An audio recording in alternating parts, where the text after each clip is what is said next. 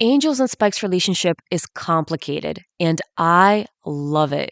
It's hard to find a scene where they're not at each other's throats. They may act like they hate each other, but at the end of the Buffyverse, they stand side by side. In order to understand how they got here, we have to take a look back on where they started.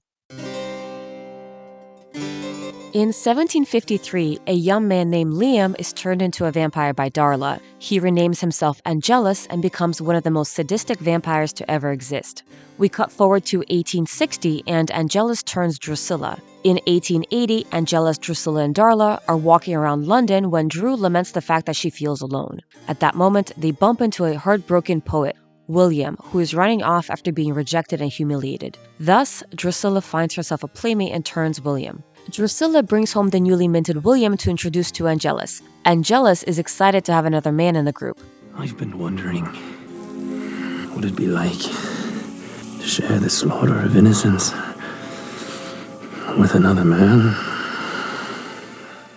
William joins Angelus in merciless slaughter. The two share a lot of good moments. They laugh and kill. Angelus notices how much William loves Drusilla. Angelus, to torment William or to perhaps teach him a lesson, sleeps with Drew to show William that in their unlife, there's no possession. William, being a romantic, doesn't see it that way. Thus begins his resentment of Angel. William rebrands himself as Spike, and from the beginning, they have very clear differences in their approach. Spike turns out to be more impulsive than Angelus. Spike saw killing as a sport, and Angelus saw it as an art.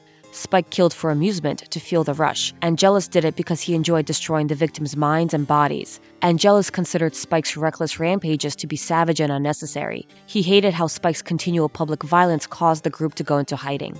It's interesting how Spike's and Angelus's vampiric personas appear to be flipped from their human personas. Liam, as a human, is rowdy, a drunk, a womanizer, likes a good fight. As a vampire, Angelus is more artistic. He's quieter, slower, more calculating. He's not a bare-knuckle fighter kind of guy.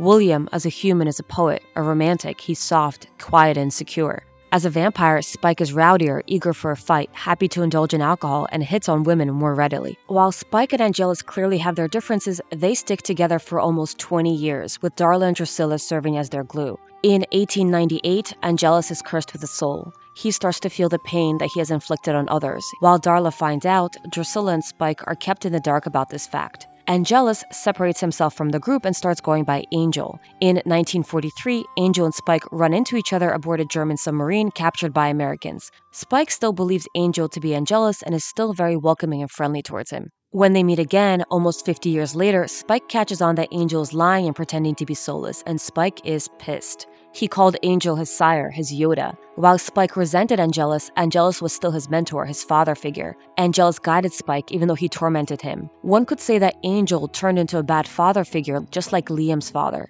It's worth noting that while Angel with a soul is a solitary being, Angelus was a pack animal. He usually traveled with a family. Angel, even with a soul, uses the same tactics to provoke Spike as he used when he was soulless. When Angel loses his soul again, he comes straight back to Drew and Spike, his chosen family. The tension between Angelus and Spike arises very quickly. Spike is annoyed with how slowly Angelus wants to kill the Slayer. Their original differences come to the surface. Spike is just about the kill. Angelus wants the torture. Angelus taunts Spike with Drusilla, taking Drew away from him.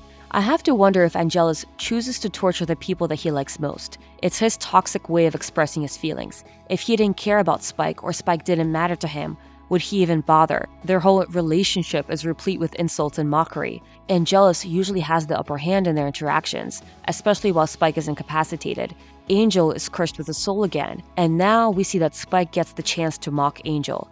You're a very bad man. When Angel has a soul, Spike gets more of an upper hand. He gets to torture him. Of course, Spike is not torturing Angel just for the sake of it. He's looking for a ring. But the torture is an added bonus. The most interesting dynamic between Angel and Spike occurs after Spike gains his soul. Now, both of them have a conscience. In their soulless state, Angelus and Spike's insults were very cruel and heartless. Ensouled, their fighting becomes comedic because we know that neither one of them will kill each other.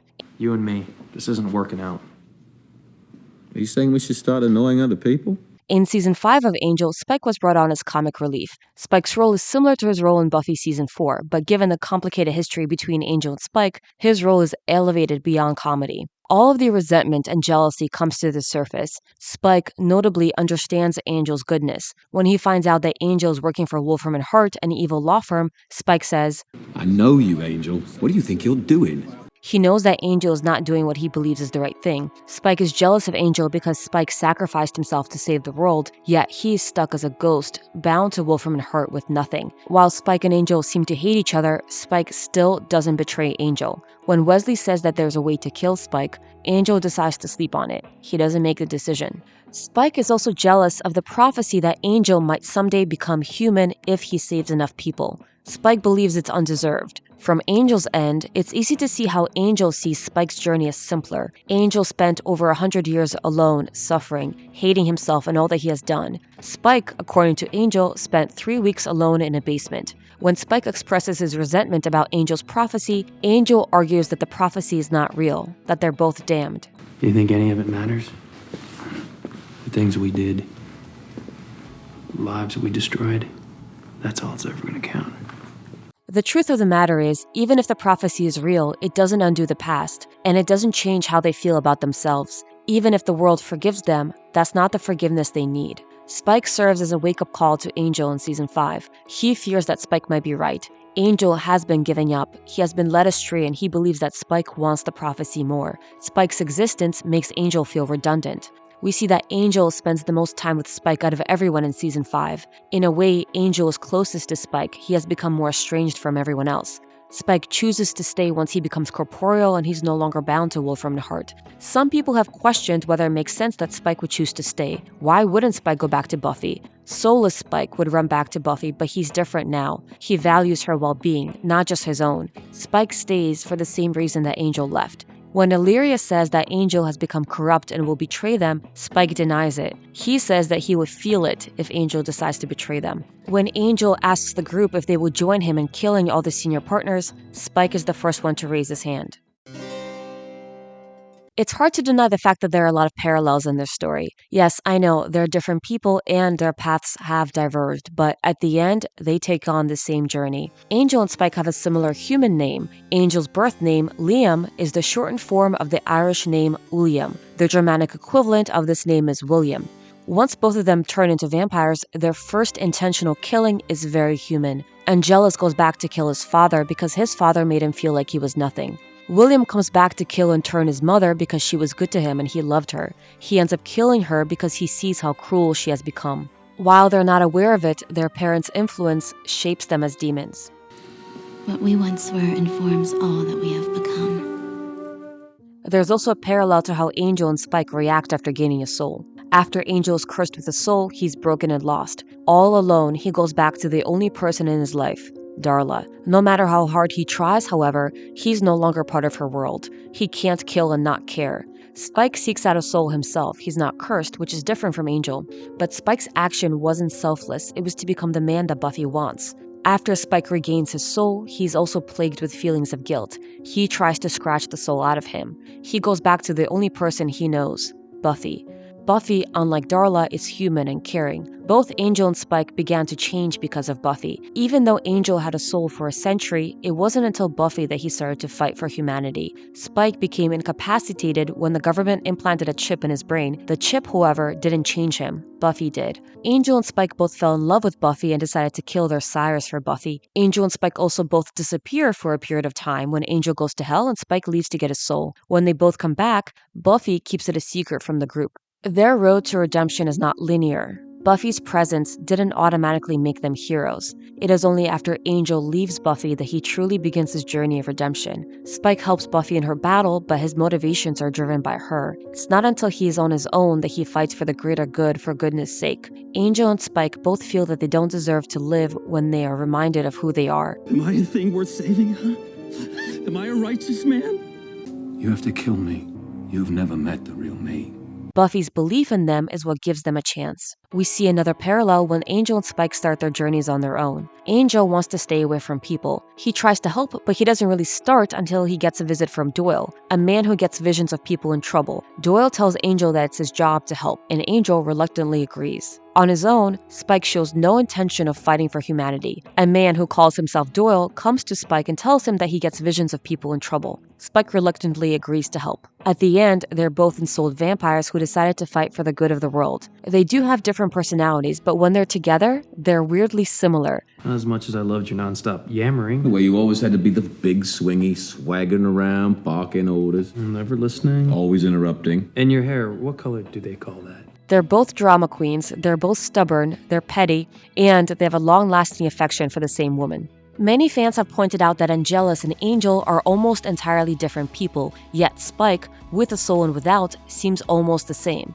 And to that I say, give it time.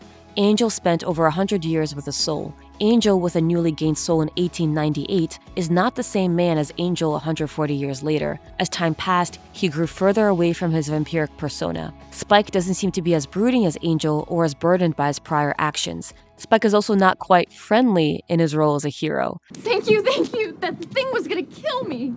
Well, what do you expect? Out alone in this neighborhood? I got half a mind to kill you myself, you half-wit. But living over 100 years with guilt changes a person. Who's to say how Spike would turn out if he was left alone for 100 years to reflect on his past? What I love about their relationship is that it really is a love-hate relationship. Let's start with the love. Because Angel and me have never been intimate. Except that one.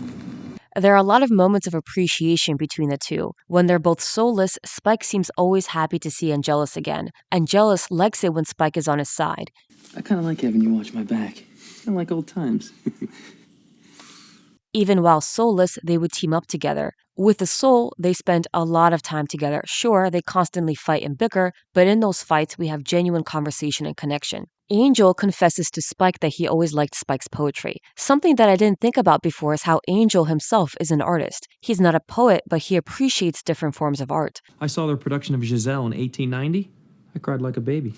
And I was evil. There's a reason why Angelus became artistic in his torture. There must have been something in Liam that allowed the demon to take over and distort. It's also interesting that Angel likes something about Spike that many others have mocked. William was rejected by Victorian society partly because of his awful poetry, but Angel appreciated it. It's also fun to imagine Spike reading poetry to Drusilla while Angelus sits in a corner listening in, just because he enjoys it. It's pretty clear that Angelus and Spike stayed together for 18 years while they were soulless because of the women in their lives. But both of them had plenty of opportunities to leave. Aboard the submarine, Spike is the only vampire that Angel doesn't kill. Angel already had a soul, and Spike was soulless, yet Angel didn't touch him. He let him live.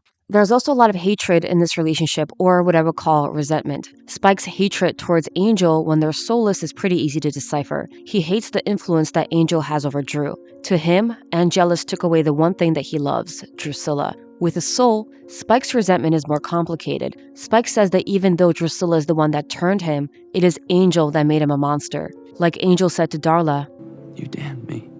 Spike feels that he turned out to be as violent as he has because Angelus taught him to be that way. It's easy to forget how evil Spike was because he serves as comic relief a lot of the time. According to the show's lore, Spike became the most brutal vampire to ever exist, second only to Angel. Spike hates himself for all the pain he has caused, and he resents Angel for making him this way. Spike also resents Angel for all the comfort that he has now. For Spike, this feels unearned. If Angel is a monster and Angel made Spike a monster, then why does he get to be CEO and live in a penthouse? Angel's resentment towards Spike is also complicated. At first glance, it might seem to Angel that Spike got off easy. Angel had to spend decades alone, reconciling with his past. Spike had support soon after he got his soul. He didn't have to suffer alone. But like I've mentioned before, this journey is not linear. Spike doesn't have an easy journey ahead of him. Spike can act like he's okay, but it's not something that happens overnight. Early on, we see that Spike can't bear his own existence. This guilt is something that comes in waves. He might not brood every moment, but he just got started. The reminders will still be there. Last thought I killed a family. And I'm supposed to what? Complain? Because hers wasn't one of the hundreds of families I did kill. The biggest reason that Angel resents Spike is because Spike is his reflection. Every sin that Spike has committed falls on Angel's shoulders. Angel hates Spike because he hates himself. To him, they're both monsters, they're both damned. If they kill each other, that would be a confirmation that they don't deserve to live, they don't deserve a chance. Their story is that of adulthood and reconciling with our past. Their innocence has been lost a long time ago. What both of these men seek is forgiveness, and in order to move forward, they have to forgive themselves. She's a monster. She's an innocent victim. So were we. Once upon a time. Once upon a time.